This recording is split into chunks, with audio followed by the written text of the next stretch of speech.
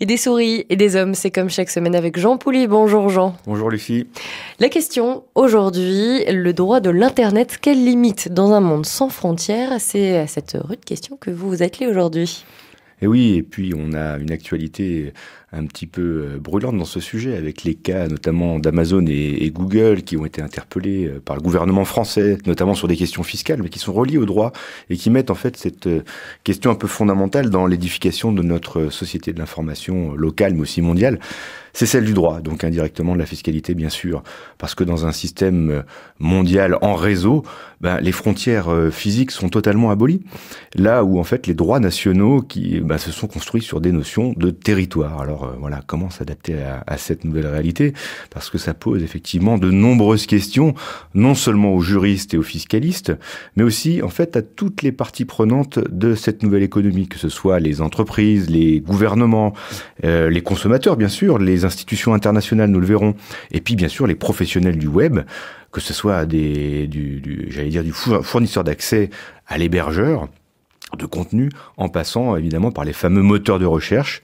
Et d'ailleurs, les institutions internationales qui se sont depuis longtemps penchées sur la question, ont inventé ce qu'ils appellent la gouvernance de l'Internet, qui est en fait une façon de travailler de façon multipartite, parce qu'on s'est rendu compte qu'on ne pouvait pas traiter ces problèmes seuls. Et donc l'idée, c'est de monter une espèce de co-régulation, une co-gestion de ce réseau des réseaux. Et quels sont les défis que cette gouvernance mondiale va devoir affronter ? Ils sont très nombreux parce qu'en quelque sorte, il faut tout repenser. Voilà, par exemple, et pour répondre à une question très concrète qu'on peut se poser, qui est responsable des contenus qui sont mis en ligne?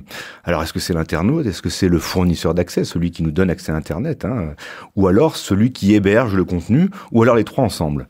Alors, on peut choisir l'un des trois. Par exemple, si on responsabilise le fournisseur d'accès, très bien. Mais on risque une sorte de censure privée en disant non, ça on peut pas vos propos ou vos textes ou votre vidéo, on la met pas en ligne. Si au contraire on déresponsabilise totalement les hébergeurs de contenu, on risque de graves dérapages comme on en a connu récemment avec Twitter et des calomnies, des injures, des diffamations totalement incontrôlables. Idem avec les internautes qu'on a depuis longtemps sensibilisés à une espèce d'éthique du net qu'on appelle la netiquette, mais qui reste totalement insuffisante et assez difficile à faire appliquer.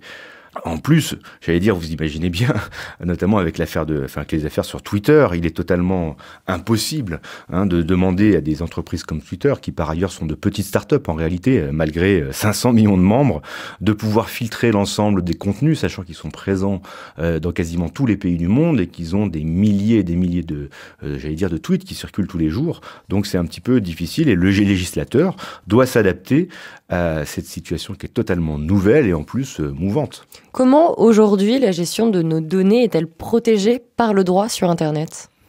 Cette question n'est vraiment pas simple parce qu'elle fait polémique, car il faut dans le même temps gérer la propriété, donc l'utilisation, également l'archivage des données, tout en respectant des droits nationaux et des cultures qui sont très différentes.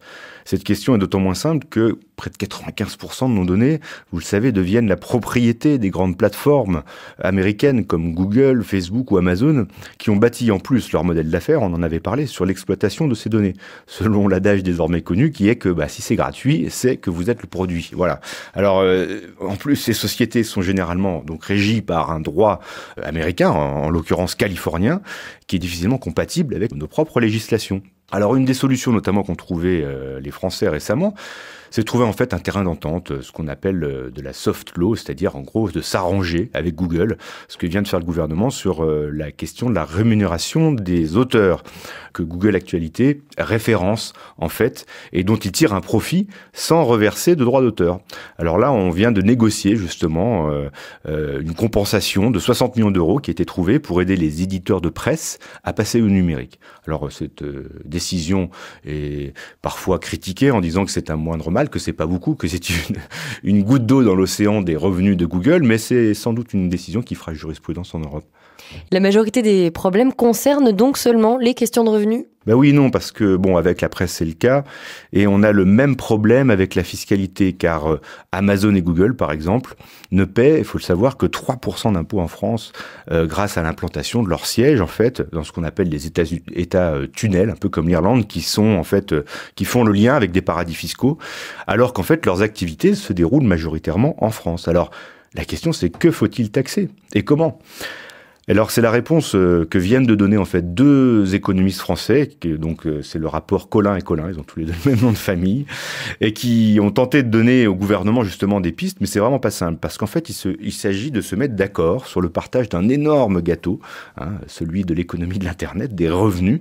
Alors les fournisseurs d'accès, eux, ils transportent le contenu, et ils ne perçoivent en fait que les abonnements de leurs utilisateurs, alors que le volume des données en ce moment explose totalement, que cela leur coûte très cher, notamment en infrastructure. Ils doivent passer, par exemple, de la 3G à la 4G en ce moment, alors que les profits finalement de ce trafic bénéficient d'abord aux hébergeurs et aux moteurs de recherche. C'est un petit peu la guerre du contenant et du contenu. Et d'ailleurs, même Google se demande s'il n'a pas intérêt demain à être opérateur de télécom pour s'affranchir totalement de ces réseaux télécoms qui pourraient à un moment donné leur dire, écoutez, nous on peut se passer de vous, vous percevez l'essentiel des revenus et pas nous. Et la fameuse taxe Google, en fait, qui est un peu un serpent de mer qu'on aimerait imposer pour justement, faire payer un petit peu les moteurs de recherche, ceux qui font beaucoup de profit aujourd'hui.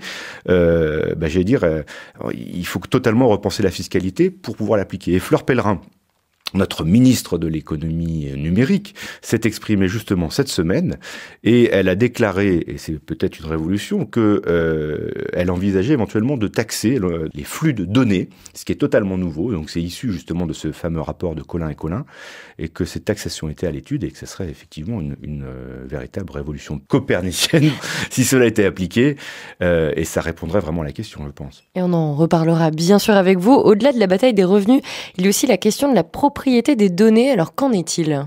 C'est un enjeu tout à fait stratégique, parce que c'est là la véritable valeur économique qui est en jeu. Il y a même une théorie de ce qu'on appelle le digital labor, le travail digital. En fait, ce travail que nous effectuons gratuitement, en fait, sans le savoir, en manipulant de l'information, en produisant de l'information avec les clics qu'on fait sur Internet, et qui est ensuite exploité et monétisé par des machines, un peu à notre insu, sans que nous en soyons rétribués. Alors ça va un peu à l'encontre de la philosophie initiale du web, qui proposait un libre partage des connaissances et des savoirs. Et donc se pose effectivement cette question de la propriété des données, de leur archivage, de leur exploitation. Nous en avions un petit peu parlé. Alors les pseudo-modèles gratuits, dont on voit bien qu'ils ne sont pas gratuits, sont malheureusement un petit peu inscrits dans l'esprit des internautes, parce qu'ils pensent que tout est gratuit et ils cliquent sans sourciller sur en bas des clauses d'agrément, I agree, je suis d'accord, j'accepte, et ça leur confisque un peu ad vitam aeternam leurs propres données. Alors la France toujours un petit peu en pointe dans ces débats, milite pour ce qu'on appelle le droit à l'oubli, mais cette vision est vraiment loin d'être partagée par tous, parce que ces données, ce sont de l'or en barre. On voit à quel point c'est compliqué de trouver un accord. Est-ce qu'il existe quand même certains consensus sur certains points ? Oui, heureusement. Par exemple, sur 3 domaines notamment complètement fondamentaux, qui sont donc la protection des données, qui est quand même un petit peu la base, sinon on n'aurait pas confiance dans ces plateformes.